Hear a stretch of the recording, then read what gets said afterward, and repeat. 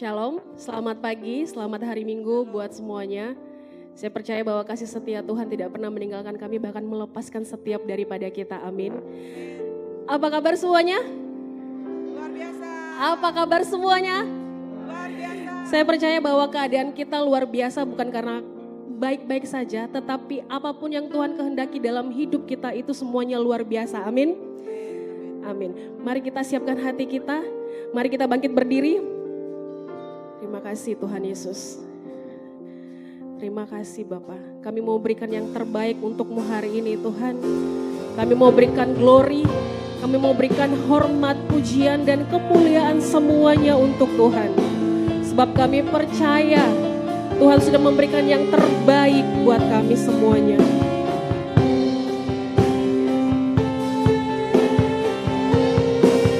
Serukan haleluya. Haleluya, haleluya bagi anak domba. Haleluya, haleluya darahnya meneguhkan setiap lidah, suku, bangsa, semua makhluk dan pulau. Berikan glory, berikan hormat, beri pujian bagi anak domba.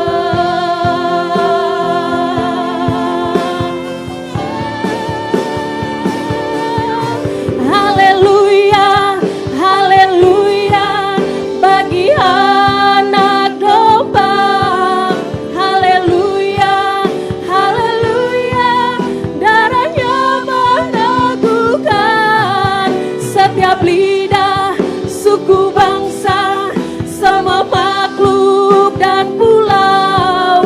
Berikan glory, berikan hormat, beri pujian bagi anak domba. Beri pujian bagi anak domba. Beri pujian bagi anak domba.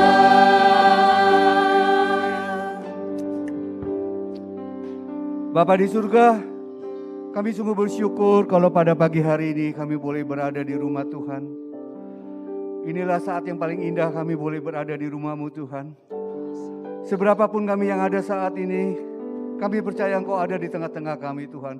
Karena firman-Mu berkata 2-3 orang berkumpul dalam nama-Mu, Engkau hadir di tengah-tengah kami. Terima kasih Bapa. Oleh karena itu Tuhan, pimpinlah ibadah ini Tuhan dari awal, pertengahan hingga akhir dari ibadah ini. Apapun yang kami lakukan sepanjang minggu ini Tuhan yang tidak berkenan kepadamu, baik itu perkataan kami, perbuatan kami, bahkan pikiran kami yang tidak kudus Tuhan.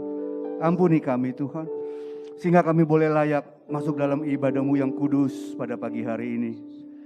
Firman yang akan disampaikan oleh hambanya Bapak Pendeta Gideon Tuhan, biarlah urapan Tuhan turun atas mulut dan bibirnya Tuhan.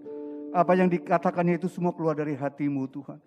Kami siap untuk menerima teguran, kami siap untuk menerima hal-hal yang baru daripada-Mu Tuhan. Sehingga firman itu boleh menjadi terang bagi kami Tuhan. Firman itu boleh menjadi rema dalam kehidupan kami. Terima kasih Bapa.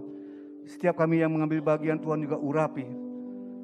Sehingga apa yang kami berikan itu boleh hanya untuk kemuliaan nama Tuhan. Terima kasih Bapa. Kami akan mulai ibadah ini dengan doa yang Tuhan ajarkan kepada kami. Bapa kami yang ada di surga, dikuduskanlah nama-Mu, datanglah kerajaan-Mu, jadilah kehendak-Mu di bumi seperti di surga. Berikanlah kami pada hari ini makanan kami yang secukupnya, dan ampunilah kami akan kesalahan kami, seperti kami juga mengampuni orang yang bersalah kepada kami. Dan janganlah membawa kami ke dalam pencobaan, tetapi lepaskanlah kami daripada yang jahat, karena Engkaulah yang punya kerajaan dan kuasa dan kemuliaan sampai selama-lamanya. Mari sama-sama kita katakan amin. Silakan duduk saudara. Mari kita siapkan hati, kita mau menyembah Tuhan.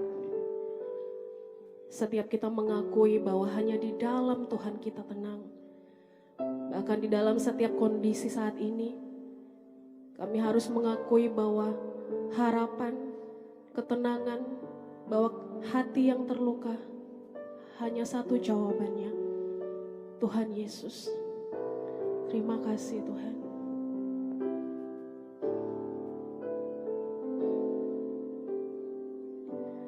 Bapa, Kau mendengar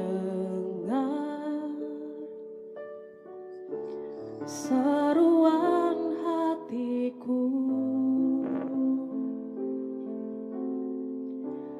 tak pernah Kau lepaskan dari kasih-Mu.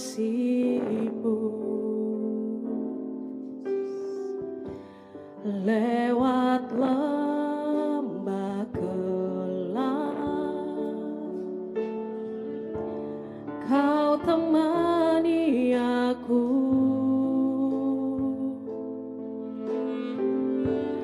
Roh-Mu bekerja selalu untuk kebaikanku.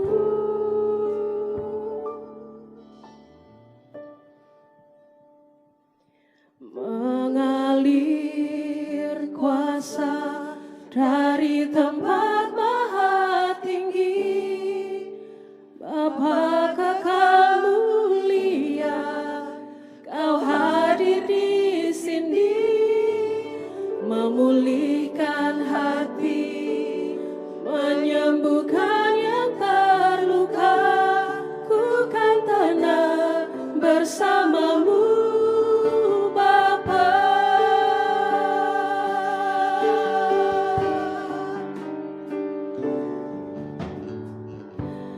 Bapa, Kau mendengar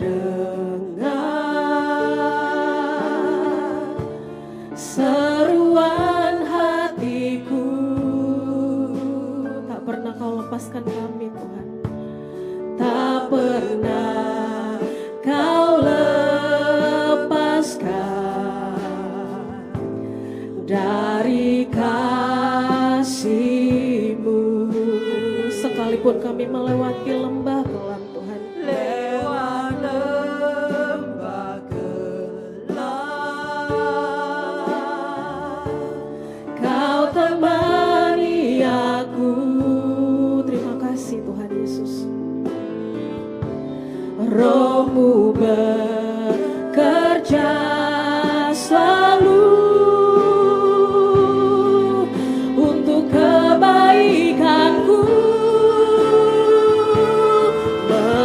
Mengalir kuasa dari tempat maha tinggi, Bapa kekal mulia, Kau hadir di sini, memulihkan hati, menyembuhkan yang terluka. Ku kan tenang bersama-Mu, Bapa.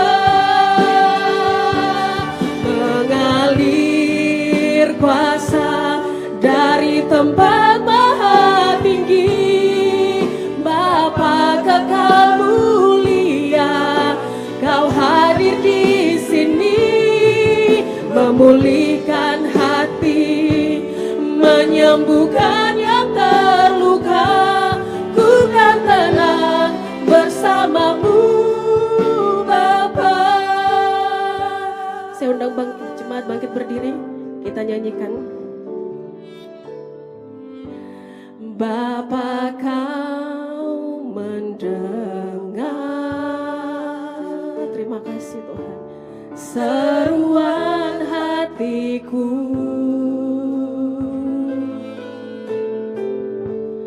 tak pernah Kau lepaskan dari kasih-Mu.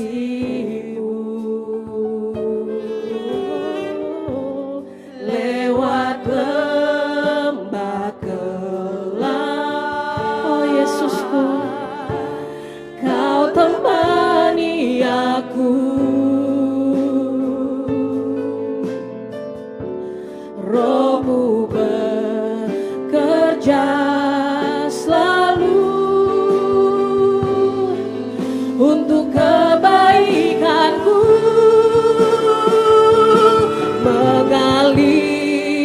kuasa dari tempat maha tinggi. Bapa kekal mulia, Kau hadir di sini, memulihkan hati, menyembuhkan yang terluka. Ku kan tenang bersamamu Bapa. Mengalir kuasa dari tempat maha tinggi. Bapa kekal mulia, Kau hadir di sini, memulihkan hati, menyembuhkan yang terluka. Ku kan tenang bersamamu Bapa. Mari kita angkat kedua tangan kita. Mengalir kuasa dari tempat maha tinggi. Ini kami jemaat-Mu Tuhan, mengangkat tangan kami, menyembah Engkau Tuhan. Memulihkan hati, menyembuhkan yang terluka. Ku kan tenang bersamamu Bapa. Mengalir Tuhan, jemaat saja.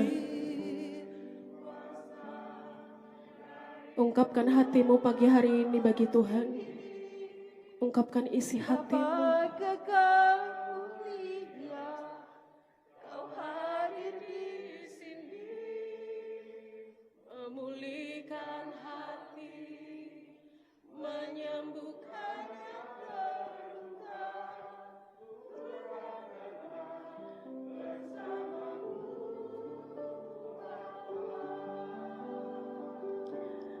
Mengalir kuasa dari tempat maha tinggi.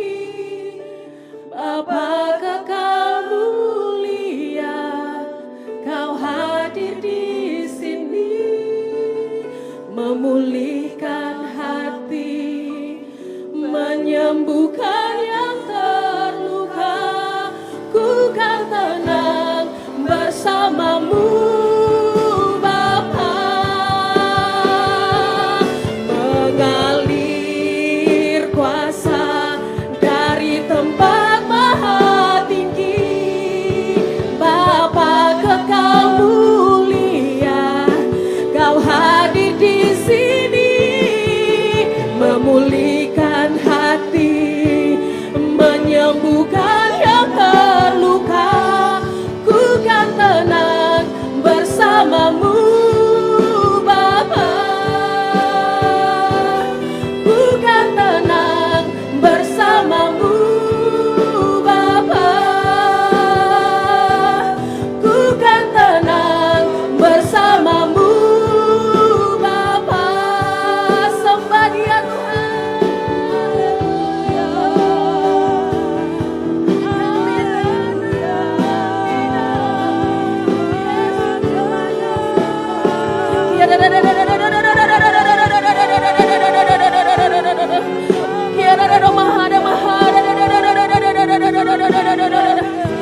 Yesus, kami serukan namamu.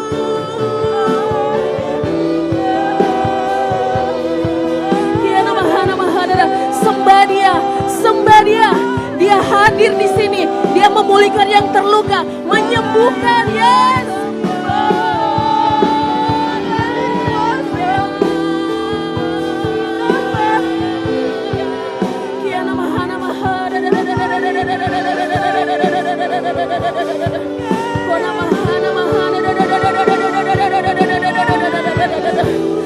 Kita tenang karena kita punya Tuhan. Jangan khawatir karena sakit penyakitmu, rumah tanggamu, pekerjaanmu, Tuhan yang pulihkan. Angkat kedua tanganmu sebab hanya Dia yang sanggup.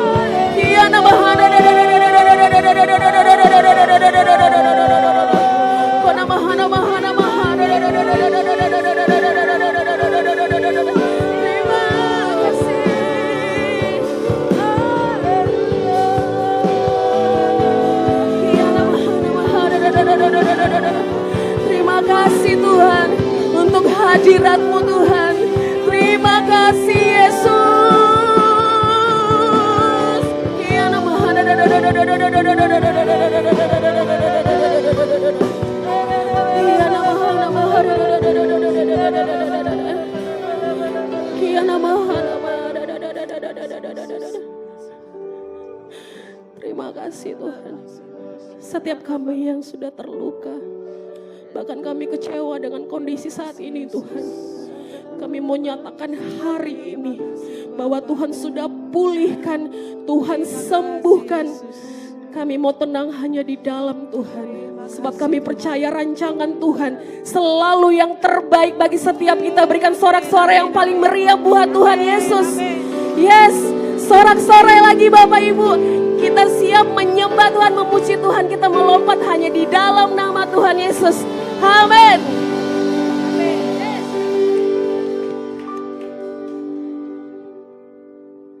Kita siap memuji Tuhan.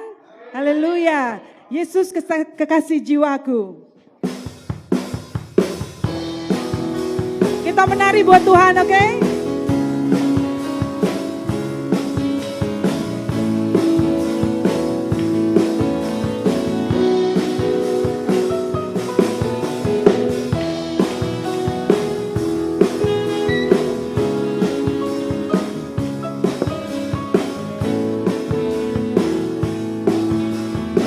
Yesus kekasih jiwaku, Yesus kekasih jiwaku, sungguh ku percaya padamu, karena kasih-Mu padaku, Kau tebus dosaku. Dari terbitnya matahari dan sampai terbenamnya, Ku angkat lagu pujian, tinggikan nama-Mu. Yesus kekasih jiwaku, Yesus kekasih jiwaku, sungguh ku percaya padamu, karena kasih-Mu padaku, Kau tebus dosaku. Dari terbitnya matahari dan sampai terbenamnya, Ku angkat lagu pujian, tinggikan nama-Mu. Dengan kendang ku puji dengan kecapi. Oh, ku memuji, haleluya, Yesus kekasihku. Kita menari buat Tuhan ya. Gak usah jaim-jaim ya di hadapan Tuhan. Oke? Dengan gendang ku puji dengan kecapi.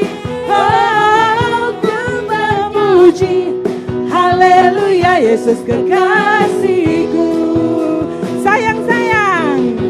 Sayang, disayang, aku disayang Tuhan, aku diangkat jadi anaknya, aku disayang Tuhan. Sayang, disayang, aku disayang Tuhan, aku diangkat jadi anaknya, aku disayang Tuhan. Glory, glory, glory, hallelujah. Glory, glory, glory, hallelujah. Glory, glory, glory, hallelujah. Glory, glory, glory, hallelujah. Glory, glory, glory, glory, glory, hallelujah. Glory, glory, glory, hallelujah. Glory, glory, glory, hallelujah. Glory, glory, glory, hallelujah. Hari ini kita bersuka cita sekali ya. Amin. Karena kita punya Allah yang sangat luar biasa. Tidak ada alasan kita untuk murung, untuk mengeluh dengan kondisi saat ini. Karena kita adalah orang-orang yang sudah dipilih Tuhan dan akan diberkati Tuhan sampai pada kesudahannya. Amin. Mari kita siapkan hati. Kita mau mendengarkan firman Tuhan. Saya percaya bahwa setiap kita di sini telah melihat kebaikan Tuhan, bahkan menerima kebaikan Tuhan. Tetapi satu hal yang kami mau minta Tuhan, selidiki setiap hati kami. Apakah kami sungguh-sungguh mencintai Tuhan, mengasihi Tuhan, bahkan rela memberikan hidup kami. Bahkan di dalam kondisi saat ini kami mau mengatakan, Yesus baik. Terima kasih Bapa.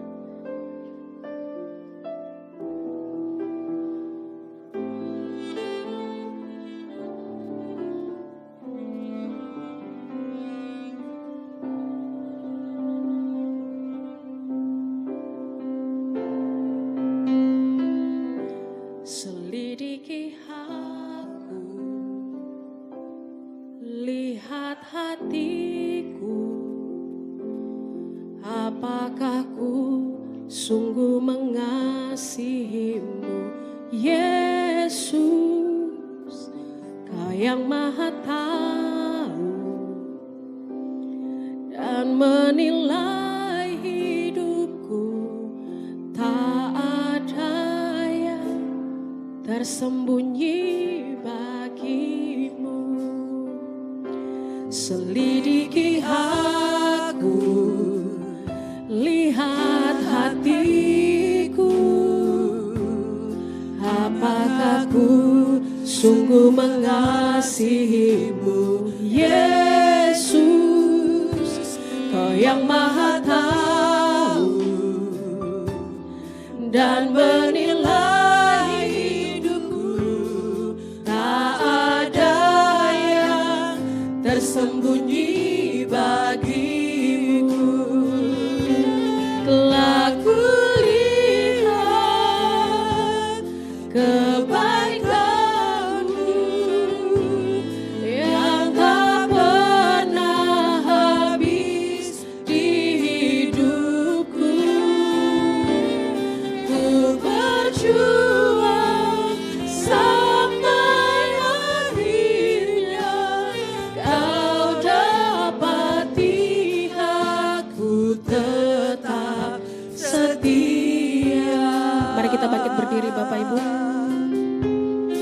Selidiki kami Tuhan, selidiki aku, lihat hatiku, apakah ku sungguh mengasihimu, Yesus, Kau yang Maha Tahu dan menilai hidupku, tak ada yang tersembunyi bagimu. Telah kulihat kebaikan-Mu yang tak pernah habis di hidupku. Ku berjuang sampai akhirnya Kau dapati aku tetap setia. Telah kulihat kebaikan-Mu. Kami mau Tuhan mendapati kami tetap setia sampai akhirnya. Sebab itu Tuhan, selidiki setiap hati umat-Mu di tempat ini. Benarkah kami mencintai Engkau? Kami mau tetap setia sampai akhirnya Tuhan. Yes, aku tetap setia. Telah kulihat kebaikan-Mu yang tak pernah habis di hidupku. Ku berjuang sampai akhirnya Kau dapati aku tetap setia. Kau dapati aku tetap setia. Kau dapati aku tetap setia.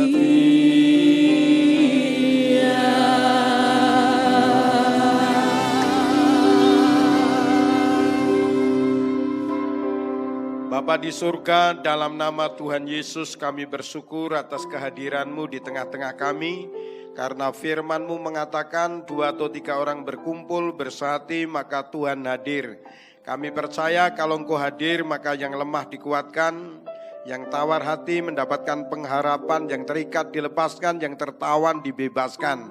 Berfirmanlah Tuhan, hamba-Mu siap menyampaikan isi hati-Mu, anak-anak-Mu siap menerimanya. Pikiran sia-sia, kelemahan tubuh, hal-hal yang bukan dari Tuhan asalnya, kami tolak, kami hancurkan di dalam nama Tuhan Yesus. Terima kasih Bapa. Dalam nama Tuhan Yesus kami semua siap diberkati Tuhan. Yang siap diberkati Tuhan sama-sama katakan amin. Silakan duduk kembali. Ya, salam Bapak Ibu. Puji Tuhan. Ya. Firman Tuhan pada pagi hari ini saya berikan judul yaitu rancangan Tuhan bagi setiap orang percaya. Jadi bukan hanya satu orang, dua orang, tetapi rancangan Tuhan bagi setiap orang percaya. Kenapa? Karena kita semua adalah anak-anak Tuhan dan Tuhan mempunyai rencana yang indah dalam hidup kita. Puji Tuhan. Mari kita lihat dalam Yeremia pasal 29 ayat 11. Kita akan baca sama-sama dalam kitab Yeremia pasal 29 ayatnya yang ke-11. 3, 2, 1. Sebab aku ini mengetahui rancangan-rancangan apa yang ada padaku mengenai kamu. Demikianlah firman Tuhan, yaitu rancangan damai sejahtera dan bukan rancangan kecelakaan untuk memberikan kepadamu hari depan yang penuh harapan. Amin saudara. Ini rancangan Tuhan untuk setiap orang percaya. Dan rancangan ini akan terjadi tatkala kita mempercayainya. Puji Tuhan. Nah saudaraku yang kasih, ada 3 rancangan. Yang pertama rancangan Tuhan, yang kedua rancangan manusia, yang ketiga rancangan kuasa kegelapan. Ya. Atau rancangan iblis. Iblis pun juga punya rancangan untuk hidup kita. Dia punya rencana untuk orang-orang percaya. Ya, fokusnya mereka tentu akan berlawanan tentang atau dengan rencana Tuhan. Kita akan baca Yohanes pasal 10 ayat 10. Pencuri datang hanya untuk mencuri dan membunuh dan membinasakan. Sampai situ. Ini rancangan iblis untuk orang-orang percaya bagaimana dia bisa mencuri dan membunuh dan membinasakan. Nah saudaraku yang kasih, tadi saya sudah katakan ada 3 rancangan. Rancangan Tuhan, rancangan manusia, rancangan iblis. Tentu kita semua ingin hidup dalam rancangan Tuhan. Amin. Kalau rancangan Tuhan itu pasti berhasil. Rancangan manusia belum tentu berhasil. Rancangan iblis pasti tidak berhasil. Nah, jadi saudaraku yang kasih, di dalam nama Tuhan Yesus, bagaimana caranya supaya kita mengetahui mana rancangan Tuhan, mana rancangan manusia, mana rancangan iblis. Ya. Rancangan iblis ada sendiri, rancangan manusia ada sendiri, rancangan Tuhan ada sendiri. Nah, bagaimana kita untuk mengetahui tentang rancangan Tuhan supaya kita nggak salah? Ya, saudaraku yang kasih, yang pertama kita harus tahu bahwa rancangan Tuhan itu tidak bertentangan dengan firman Tuhan. Jadi kalau saudara dan saya ingin tahu ini rencana saya ini rancangan Tuhan atau enggak ya? Ya itu tinggal saudara cocokkan dengan firman Tuhan. Itu alkitabiah atau tidak? Sesuai dengan firman Tuhan atau tidak? Bertentangan dengan firman Tuhan atau tidak? Haleluya. Mari kita lihat dalam Kejadian pasal 15 ayat 1 mulai. Mari kita akan baca sama-sama bahwa rancangan Tuhan itu tidak bertentangan dengan firman-Nya. Kejadian pasal 15 ayat 1 sampai 6, kita baca 3, 2, 1. Kemudian datanglah firman Tuhan kepada Abraham dalam suatu penglihatan. Janganlah takut Abraham, akulah perisaimu, upahmu akan sangat besar. Kemudian datanglah firman Tuhan kepada Abraham dalam suatu penglihatan.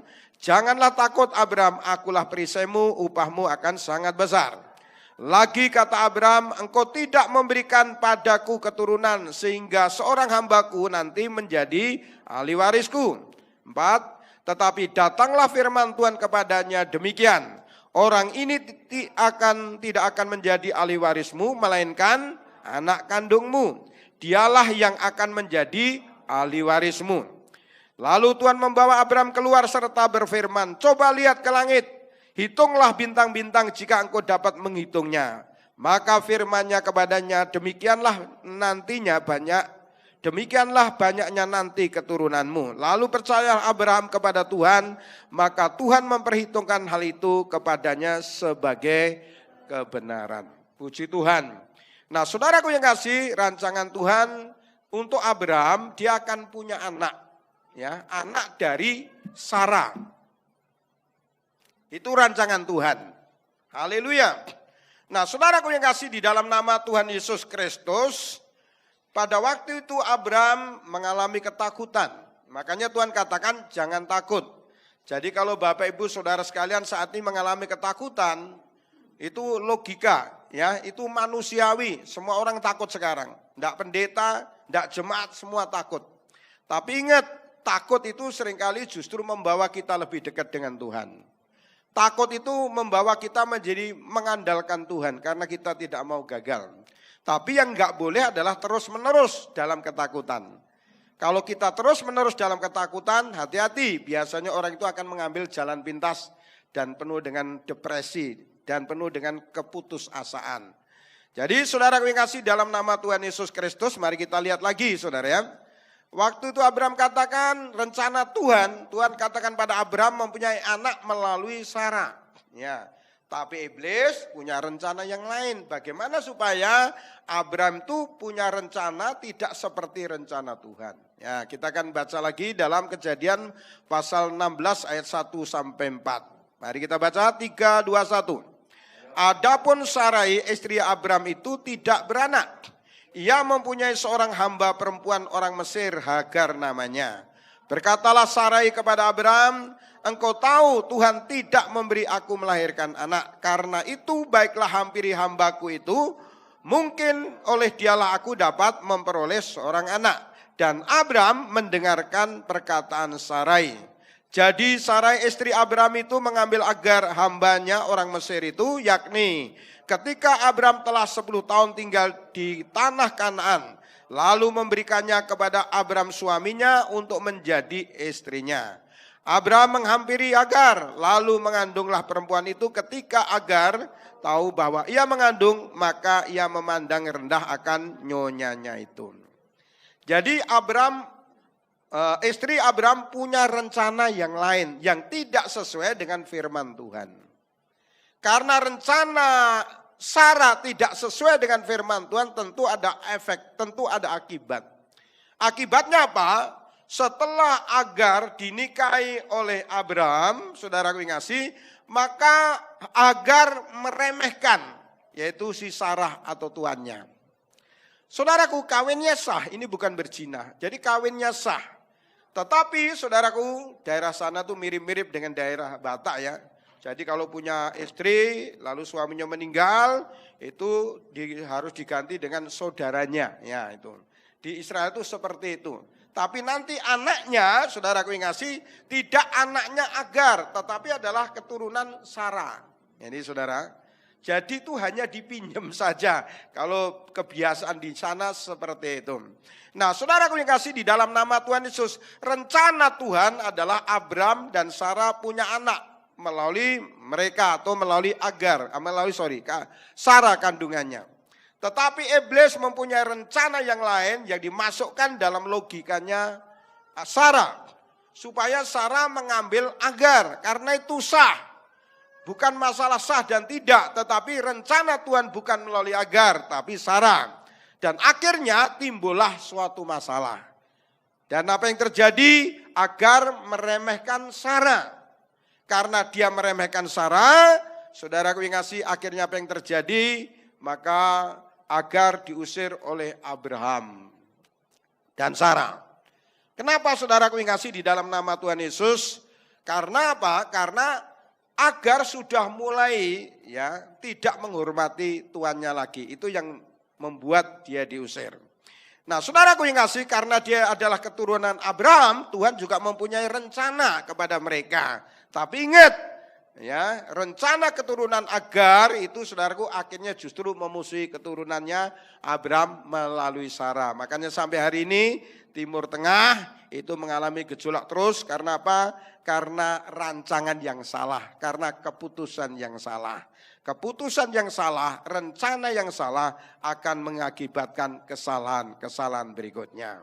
Makanya hati-hati dengan rencana atau rancangan kita. Puji Tuhan, karena rancangan kita bisa sama dengan rancangan Tuhan, tapi rancangan kita bisa sama dengan rancangan kuasa kegelapan. Rancangan kita, saudaraku, akan pro dengan rancangan kuasa kegelapan karena apa? Karena rancangan manusia itu biasanya selalu masuk akal dan diterima dengan logika itu bisa terima. Ya, tadi dikatakan Sarah, saya sudah nggak bisa haid lagi, saya sudah mati haid. Ya, bagaimana kau bisa mempunyai anak melalui saya? Makanya Agar, jadi masuk akal, saudaraku. Hati-hati dengan logika kita. Karena apa? Logika manusia biasanya seringkali ditunggangi oleh kuasa kegelapan. Kalau punya rencana, dibawa kepada Tuhan, agar Tuhan meneguhkan rencana kita dan memberikan tanda kepada kita dan mau berfirman kepada kita sehingga rencana Tuhan menjadi sama dengan rencana Tuhan. Puji Tuhan. Nah, saudaraku yang kasih, itu yang pertama. Sekali lagi, rancangan Tuhan itu selalu tidak bertentangan dengan firman Tuhan. Tapi Abram dan Sarah rencananya bertentangan dengan firman Tuhan, itu yang mengakibatkan mereka mengalami kesusahan demi kesusahan, masalah demi masalah. Yang kedua sekarang, rencana Tuhan itu seperti apa? Rencana Tuhan itu seringkali bertentangan dengan logika. Ingat ya, rencana Tuhan itu sering justru bertentangan dengan logika. Justru seringkali nggak bisa diterima dengan logika. Bagaimana situasi sekarang kok kita tetap diberkati dan tetap eksis. Dan itu bertentangan sekali. Saudaraku yang kasih, yang bisa diterima, situasi sekarang kita bangkrut. Situasi sekarang kita susah. Situasi sekarang kita miskin. Itu yang logika, itu yang logik. Tetapi saudaraku yang kasih, ingat rencana Tuhan seringkali tidak masuk akal. Maka biasakanlah jemaat di sini mempercayai hal-hal yang tidak masuk akal. Biasakan kita mempercayai hal-hal yang tidak masuk logika. Enggak bisa terima dengan logika. Tetapi saudaraku, Tuhan sanggup melakukan hal yang tidak mungkin menjadi mungkin sekalipun itu tidak masuk akal. Amin saudara. Kita lihat saudaraku Yesaya pasal 55 ayat 8 sampai 9. Yesaya 55 ayat 8 sampai 9. Kita baca 3, 2, 1. Sebab rancanganku bukanlah rancanganmu dan jalanku bukanlah jalanmu bukanlah jalanku. Demikianlah firman Tuhan. Seperti tingginya langit dari bumi, demikianlah tingginya jalanku dari jalanmu dan rancanganku dari rancanganmu. Rancangan Tuhan seringkali bertentangan dengan logika kita. Tetapi saudaraku, belajarlah percaya dengan hal-hal yang tidak masuk akal. Alkitab sudah jelas sekali memberikan contoh. Contohnya saudaraku yang kasih, dalam nama Tuhan Yesus Kristus, Yusuf. Yusuf saudaraku yang kasih orang Ibrani. Bagaimana dia bisa jadi Perdana Menteri di Mesir? Itu enggak masuk akal. Contoh yang lain lagi, Daud. Bagaimana dia bisa jadi raja padahal dia bukan keturunan raja. Itu sesuatu yang enggak mungkin saudara. Tapi hanya Tuhan minta satu aja, untuk kita mempercayai hal-hal yang enggak masuk akal seperti itu. Contoh yang lain saudaraku yang kasih, di dalam nama Tuhan Yesus Kristus ya. Demikian juga orang Majus, ya, orang Majus sempat ketipu karena apa? Dia pakai logikanya. Seharusnya dia ngikuti bintang saja, saudara. Udah ikut bintang aja, karena mereka ahli perbintangan. Tapi logikanya main, saudara. Akhirnya apa yang terjadi? Yang namanya raja itu pasti lahirnya di kerajaan. Itu yang membuat akhirnya dia mampir ke istananya Herodes. Gara-gara dia mampir ke rumahnya Herodes, apa yang terjadi saudaraku? Ribuan bayi dibunuh oleh Herodes. Itu apa saudara? Karena ketidaktaatan kita seringkali mempercayai hal-hal yang masuk akal. Situasi sekarang Tuhan ajari kita untuk mempercayai hal-hal yang tidak masuk akal. Haleluya.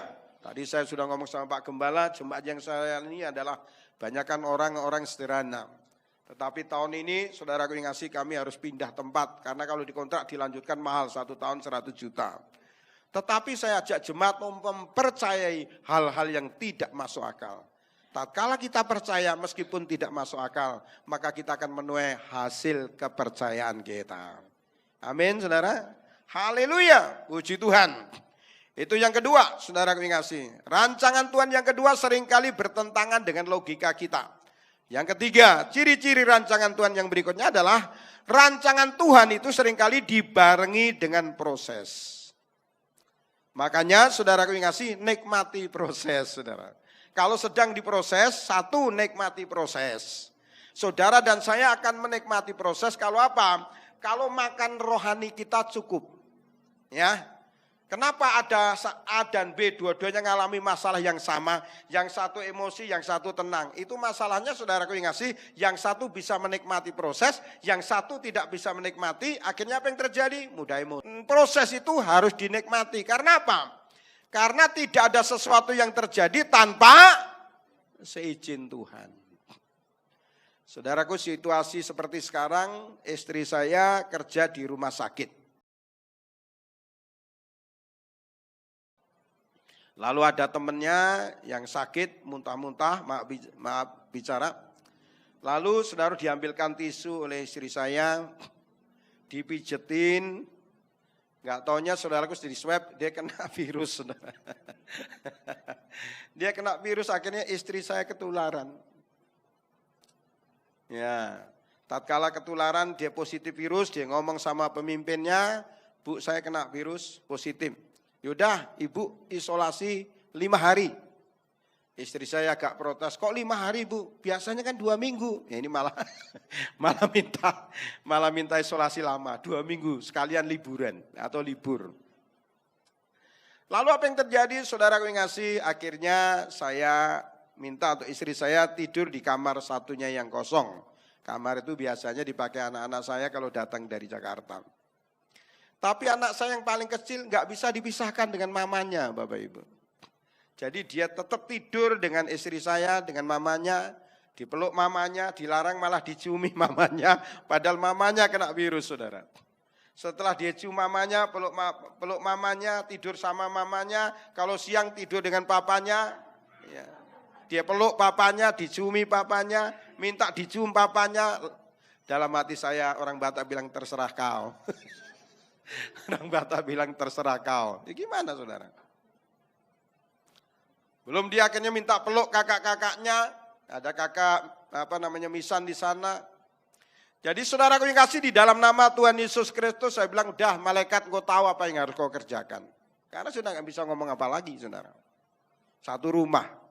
Tapi puji Tuhan sampai hari ini yang kena cuma istri saya aja, saudara kasih. Saya nggak kena, anak-anak saya nggak kena, anak saya yang paling kecil juga nggak kena. Jadi nggak usah takut. Kalau nggak diizinkan Tuhan tidak akan pernah terjadi. Amin saudara. Kalau terjadi ya nikmati. Ya istri saya protes, kenapa isomannya 5 hari? Lalu hari yang kelima dia disuruh swab. Tatkala disuruh swab tetap positif. Ibu jangan masuk, ibu dapat 5 hari lagi isoman. Dia pulang, Pak masih positif. Makanya kalau ngomong hati-hati. Mama kan pengen toh 2 minggu, yaudah genaplah 2 minggu aku bilang. Dan puji Tuhan hari Kamis sudah kerja lagi. Jadi tidak ada sesuatu yang terjadi tanpa seizin Tuhan. Maka nikmati proses. Dan saudara dan saya akan bisa menikmati proses. Kalau kita punya rohani yang sehat. Kita akan punya rohani yang sehat kalau kebutuhan rohaninya cukup. Hidup dalam pujian dan penyembahan, hidup di dalam firman Tuhan. Baca firman Tuhan minimal 2 kali, pagi dan malam. Kalau kebutuhan saudara cukup, maka saudara akan bisa menguasai diri. Saudara akan bisa mengucap syukur, saudara akan menikmati proses apapun yang terjadi dan saudara tetap percaya. Haleluya. Mari kita lihat dalam Yakobus pasal 1 ayat 1 mulai. Ya, Yakobus pasal 1 ayat 1 mulai. Kita akan baca sama-sama. Yakobus 3, 2, 1. Salam dari Yakobus, hamba Allah dan Tuhan Yesus Kristus, kepada ke-12 suku di perantauan. Saudara-saudara, anggaplah sebagai suatu kebahagiaan apabila kamu jatuh ke dalam berbagai-bagai pencobaan. Nah ini orang alami pencobaan kok bisa sukacita? Itu bisa kalau kebutuhan rohani kita cukup. Rohani kita sehat. Kita akan bisa mengucap syukur, kita akan bisa bersukacita. Kecuali kalau rohani kita enggak sehat, jangankan masalah besar, masalah kecil pun saudara enggak bisa mengucap syukur. Makanya jangan peduli dengan tantangan apapun, biarlah fokus kepada rohani masing-masing supaya kita sehat. Makanya saudara yang kasih dalam nama Yesus enggak usah peduli dengan virus apapun, tapi pedulilah supaya imun saudara tetap bekerja dengan baik. Semakin dengar berita, semakin kita khawatir, semakin kita cemas. Tapi kalau kita hanya memperhatikan imun kita akan bersuka cita setiap hari. Haleluya. Ya, terus sebab kamu tahu bahwa ujian terhadap imanmu itu menghasilkan ketekunan.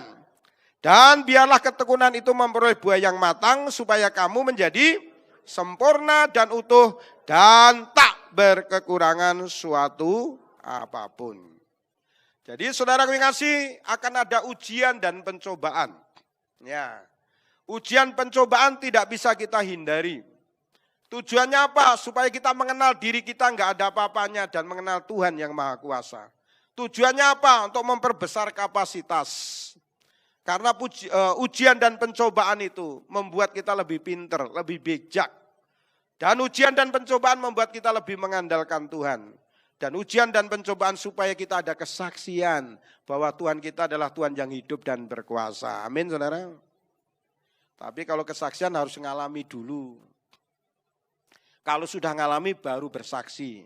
Bersaksi di gereja, bersaksi di teman-teman, supaya mereka percaya bahwa Tuhan Yesus kita adalah Tuhan yang luar biasa. Tapi kalau belum terjadi, jangan bersaksi dulu.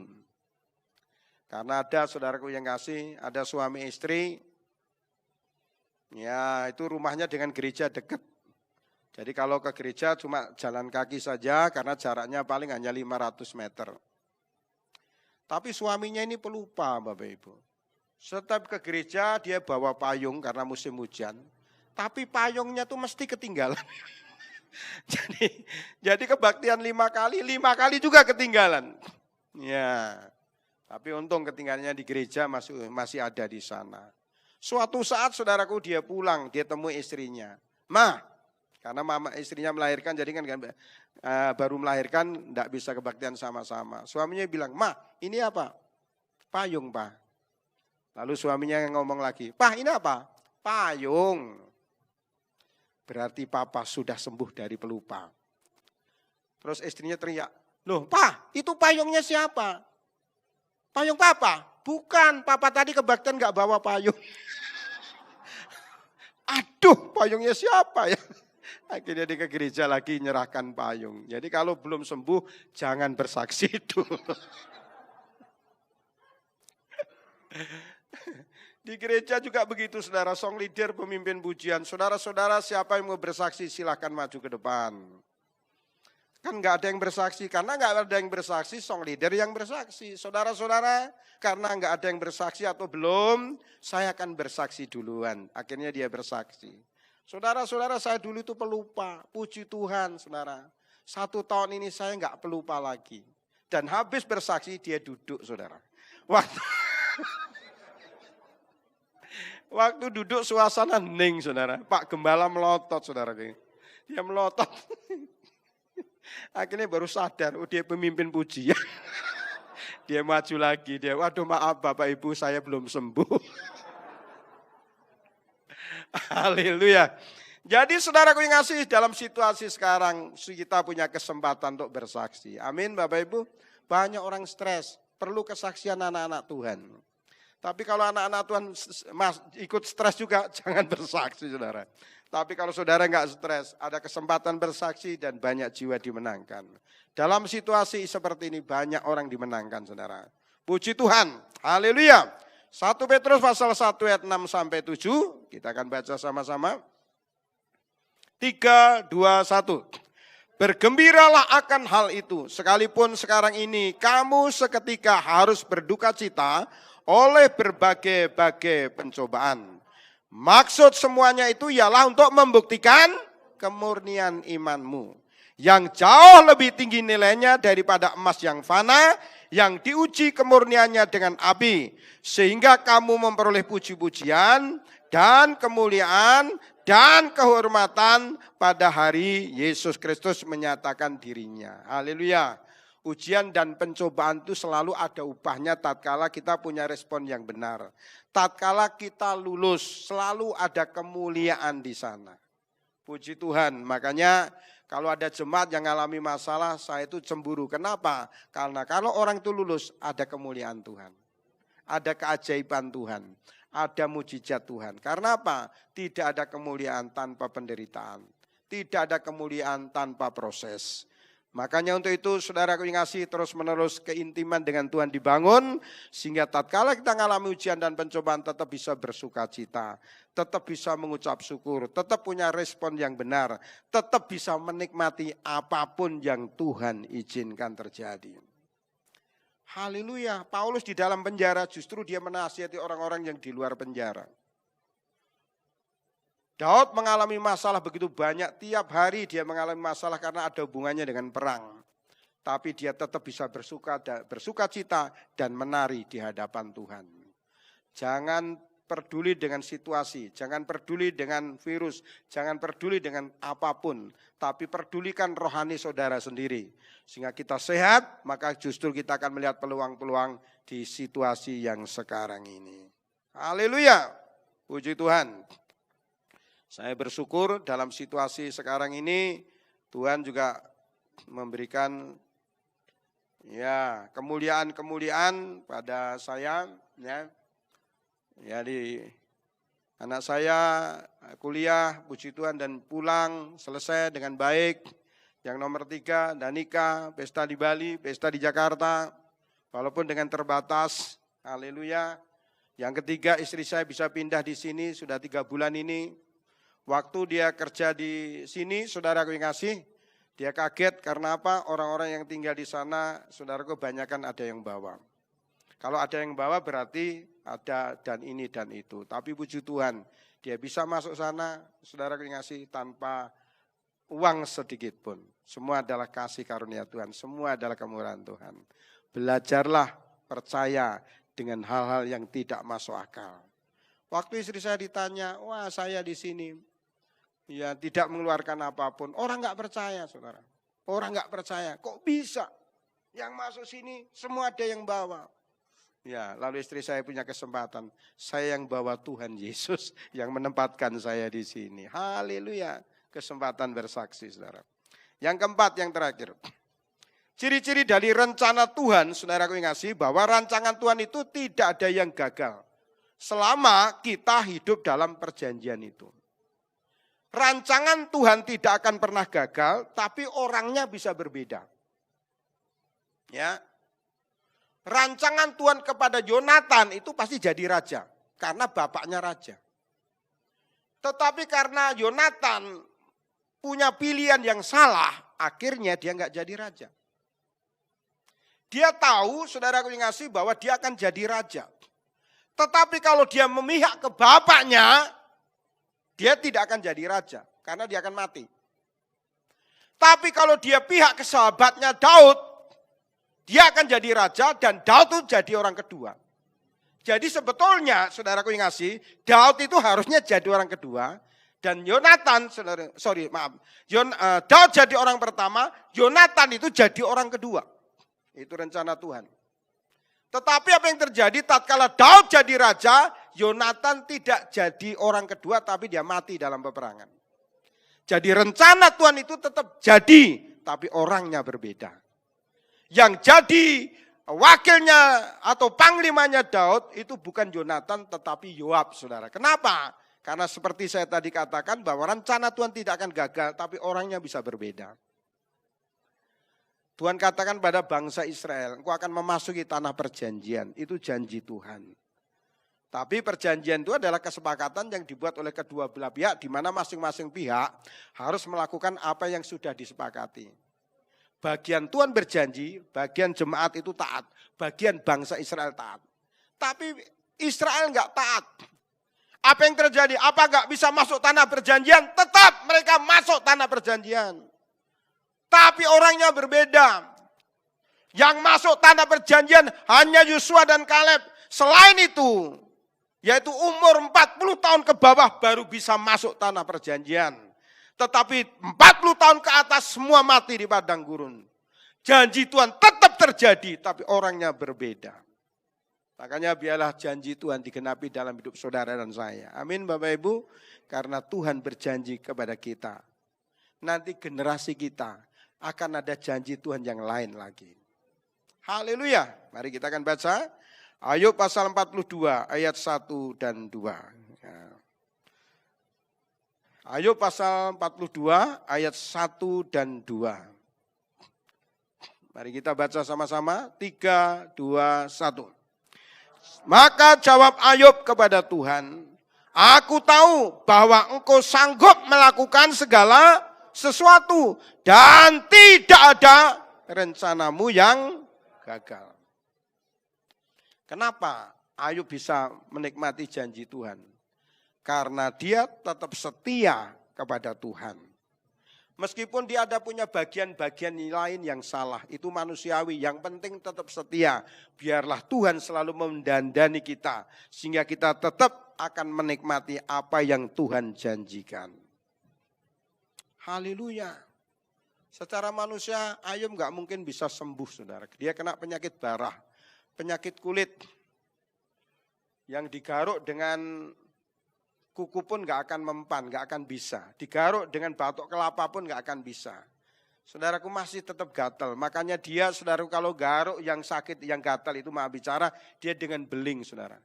Karena kalau dengan beling dia luka, dia perih. Dan mendingan perih daripada gatal, saudara. Itulah keadaan Ayub. Tapi puji Tuhan, tatkala dia memperbaiki dirinya dan tetap setia, maka akhirnya dia mengalami janji-janji Tuhan. Ya memang anak nggak bisa ditukar, saudara kasih. Tetapi paling tidak dia memiliki anak-anak yang jauh lebih baik daripada anak-anak yang sebelumnya. Anak-anak yang sebelumnya adalah anak-anak yang bikin kepalanya Ayub itu pusing, saudara.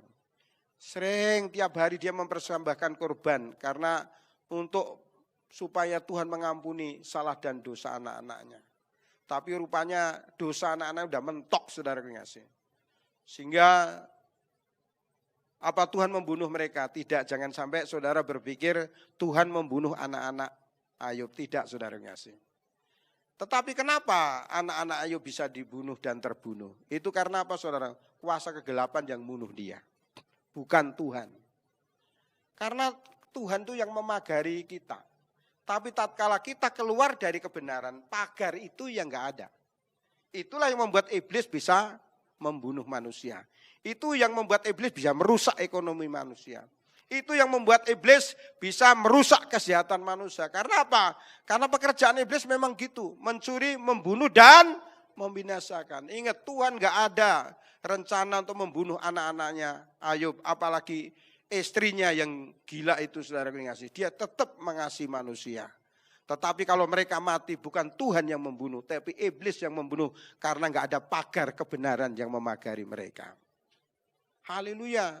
Jadi kalau ada anak-anak Tuhan mengalami sesuatu itu bukan Tuhan. Tetapi iblis karena apa? Orang itu sudah keluar dari kebenaran-kebenaran Tuhan. Pastikan apapun yang terjadi kita tetap dalam kebenaran Tuhan. Saling mengingatkan, saling menegur. Makanya ditegur itu bagus. Pertama ditegur melalui omongan, itu bagus, saudara.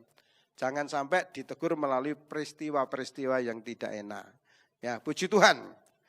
Selanjutnya, saudaraku, dalam Ulangan pasal 8 ayat 18, bahwa tidak ada rencana Tuhan yang gagal. Haleluya. Rencana Tuhan tidak gagal, tapi orangnya bisa berbeda. Ulangan pasal 8 ayat 18, kita baca sama-sama. 3, 2, 1. Tetapi haruslah engkau ingat kepada Tuhan Allahmu, sebab dialah yang memberikan kepadamu kekuatan untuk memperoleh kekayaan. Ini janji Tuhan. Dengan maksud meneguhkan perjanjian yang diikrarkannya dengan sumpah kepada nenek moyangmu seperti sekarang ini. Ingat janji Tuhan itu dengan sumpah, saudara. Makanya Tuhan Yesus waktu bangkit dari antara orang mati, dia masih 40 tahun menampakkan diri ke murid-muridnya, yaitu untuk memberitakan Injil Kerajaan Allah. Selama 40 hari. Jadi Injil kita, Alkitab kita ini ada 2 berita Injil. Yang pertama adalah Injil keselamatan. Bagaimana orang bisa selamat? Yaitu terima Yesus sebagai Tuhan dan Juru Selamat. Kita bersyukur di dalam Alkitab, saudaraku yang kasih, ada Trinitas. Sehingga mudah memahami tentang proses keselamatan untuk kita. Tetapi kalau nggak ada Trinitas, sulit banget bagi kita untuk mengerti tentang keselamatan yang Tuhan berikan. Haleluya. Kalau tetangga kita ngomong seolah-olah Tuhan kita ini 3. Saudaraku ya, Tuhan kita 1. Karena firman Tuhan katakan dalam kitab Ulangan, Allah itu esa. Jadi 1 itu artinya apa? 1 itu artinya 1, esa itu artinya 1. Yang pertama. Yang kedua, esa itu artinya tidak terbatas. Dia ada 1 di surga, tapi juga di hati saudara semua. Ini ada berapa ini? Bukan berarti Tuhannya banyak. Saudaraku yang kasih, tapi Tuhan yang 1 itu bisa menjadi berapa saja. Karena dia yang berkuasa. Tapi itu tetap menjadi 1 kesatuan. Kalau tetangga kita, dia melihat 3 itu berapa? Kalau kita enggak melihat 3 itu, kebagaimanakah Tuhan itu?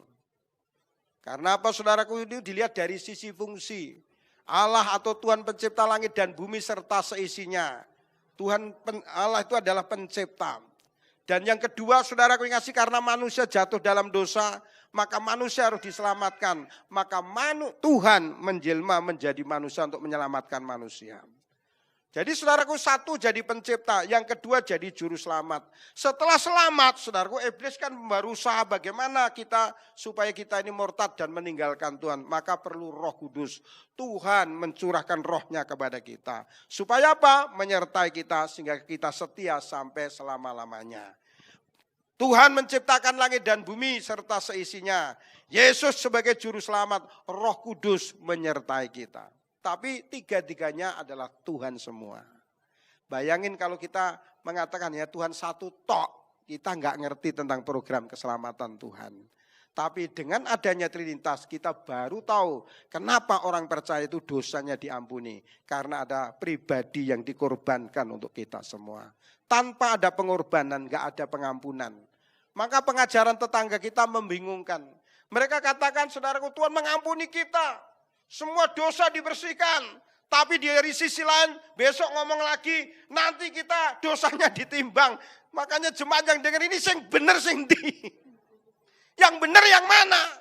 Kemarin bilang katanya dosanya diampuni.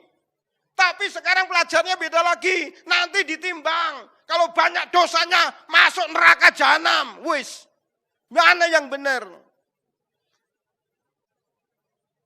Apalagi kalau soal pernikahan lebih pusing lagi.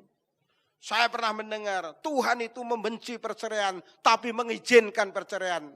Bingung enggak? Malaikat juga bingung saudara. Jangankan kita, ini yang benar yang mana? Kalau kita jelas Tuhan membenci perceraian, titik. Amin saudara. Tapi kalau ada orang Kristen cerai itu bukan maunya Tuhan, itu maunya dia. Hukumnya jelas. Haleluya. Keselamatan jelas. Tatkala seseorang terima Yesus sebagai Tuhan dan Juru Selamat, pasti diselamatkan, jelas. Kalau kita ibadah, kalau kita menabur, kalau kita melayani, itu bukan mengumpulkan poin supaya bisa masuk surga, bukan. Tapi itu adalah ucapan syukur karena kita sudah diselamatkan oleh Tuhan.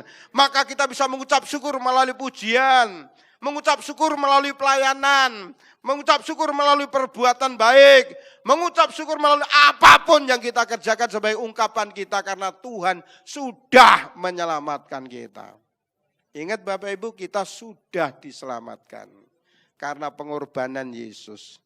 Karena hanya Yesus yang mampu menyelamatkan kita. Upah dosa adalah maut. Amin saudara. Makanya Tuhan di firman Tuhan katakan dikaruniakannya anaknya yang tunggal. Ini bahasa Tuhan yang memakai bahasa seperti bahasa manusia. Kalau enggak pakai istilah anak, manusia enggak akan ngerti tentang kasih Tuhan. Bahwa kasih Tuhan kepada kita diumpamakan seperti seorang bapak yang punya anak satu-satunya dikorbankan untuk kita. Supaya kita tahu, oh gitu toh, kasih Tuhan itu seperti itu toh. Kalau enggak pakai ilustrasi itu enggak bisa saudara. Ya, saya pernah ngomong di sini, saya punya teman di Surabaya, anaknya 6, saudara. Mati 1 yang bernama David. Lalu saudaraku bapaknya nggak ngomong gini, saudara. Saudara-saudara, anak saya 6, mati 1, puji Tuhan, masih 5, tepuk tangan. Enggak, saudara. Itu anak 6 mati 1 tuh pingsan-pingsan, saudara. Padahal anaknya masih 6. Jadi kasih Tuhan itu diumpamakan seperti seorang bapak yang punya anak satu-satunya. Lalu dikorbankan untuk menebus dosa saudara dan saya. Haleluya. Sehingga kita baru ngerti, oh Tuhan itu segitu besarnya toh kasihnya kepada kita. Karena apa? Karena nggak ada pengorbanan, tidak ada keselamatan. Seperti apa kata song leader tadi, rancangan Tuhan itu indah. Tinggal kita percaya. Amin saudara. Haleluya. Jadi untuk membedakan rencana Tuhan, bagaimana rencana Tuhan itu? Yang pertama, rencana Tuhan itu tidak bertentangan dengan firman Tuhan. Rencana Tuhan seringkali nggak masuk akal. Terus yang ketiga, rencana Tuhan, apa saudara? Seringkali dibarengi dengan proses. Yang keempat apa? Rencana Tuhan tidak akan bisa gagal. Selama kita dalam rancangannya, selama kita dalam perjanjiannya, tidak ada rencana Tuhan yang gagal. Berikan tepuk tangan yang terbaik untuk Tuhan kita Yesus Kristus. Mari kita berdoa, silakan tim musik dan tim praise and worship. Kita akan mengucap syukur pada Tuhan. Haleluya, haleluya. Terima kasih Tuhan, kami bersyukur atas firman-Mu. Bahwa Tuhan mempunyai rencana yang indah, bukan rancangan kecelakaan. Tetapi memberikan kepada kami masa depan yang penuh dengan harapan.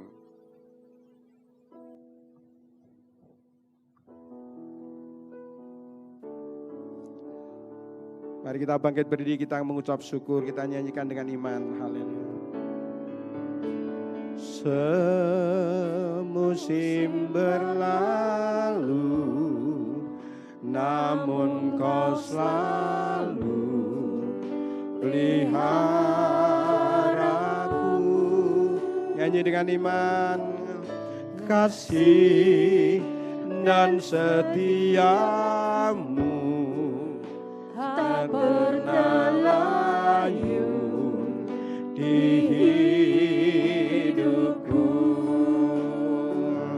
Lebih luas dari samudra kebaikan-Mu Bapa takkan habis di hidupku.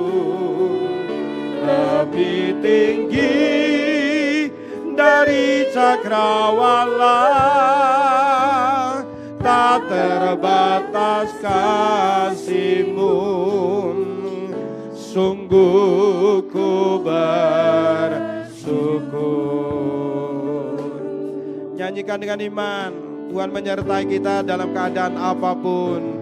Oh, semusim berlalu, namun Kau selalu pelihara. Kasih dan setiamu, kasih dan setiamu tak pernah layu di hidupku. Lebih luas dari samudra kebaikan-Mu Bapa takkan habis di hidupku. Lebih tinggi dari cakrawala, tak terbatas kasih-Mu. Sungguh ku bersyukur. Lebih luas dari samudra kebaikan-Mu Bapa takkan habis di hidupku. Lebih tinggi dari cakrawala, tak terbatas kasih-Mu. Sungguh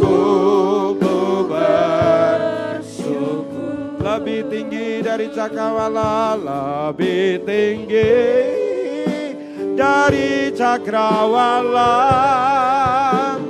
tak terbatas kasih-Mu, sungguh ku bersyukur. Sembah Tuhan, kami bersyukur atas janji-Mu, atas rencana-Mu, kami bersyukur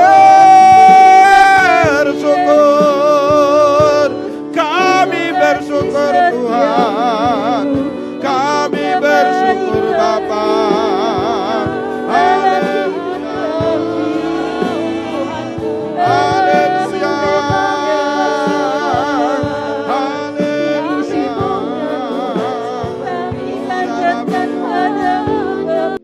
Mari saudara kita bangkit berdiri, kita akan mengakhiri ibadah kita.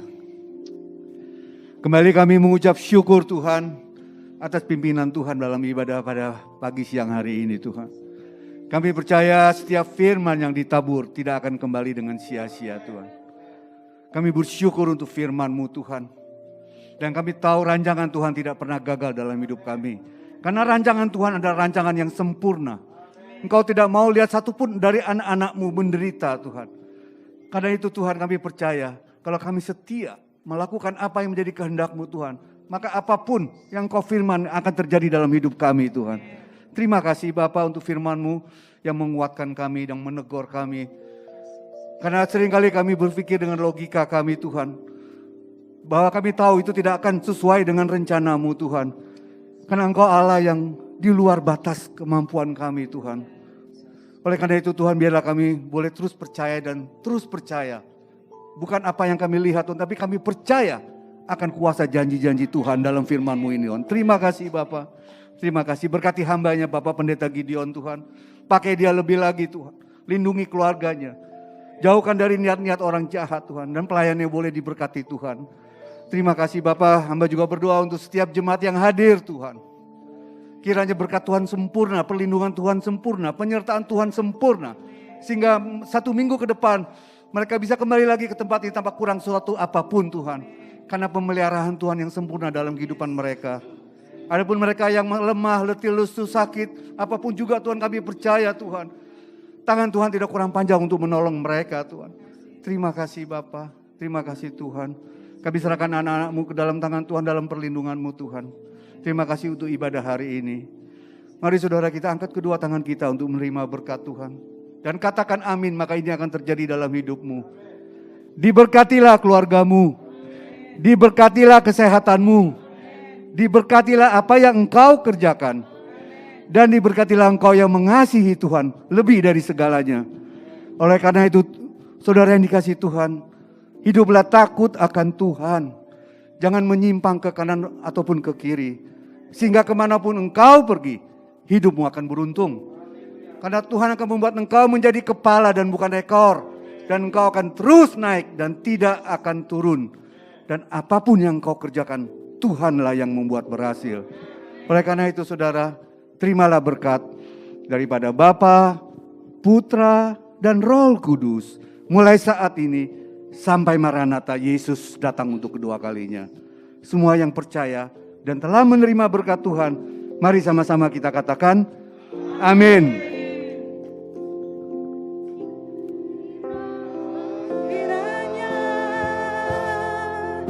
Engkau memberkati aku berlimpah-limpah dan memperluas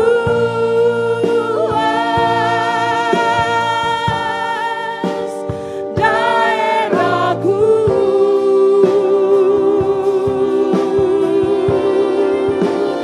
Dan kiranya tangan-Mu menyertai aku dan melindungi aku daripada malapetaka, sehingga kesakitan tidak menimpa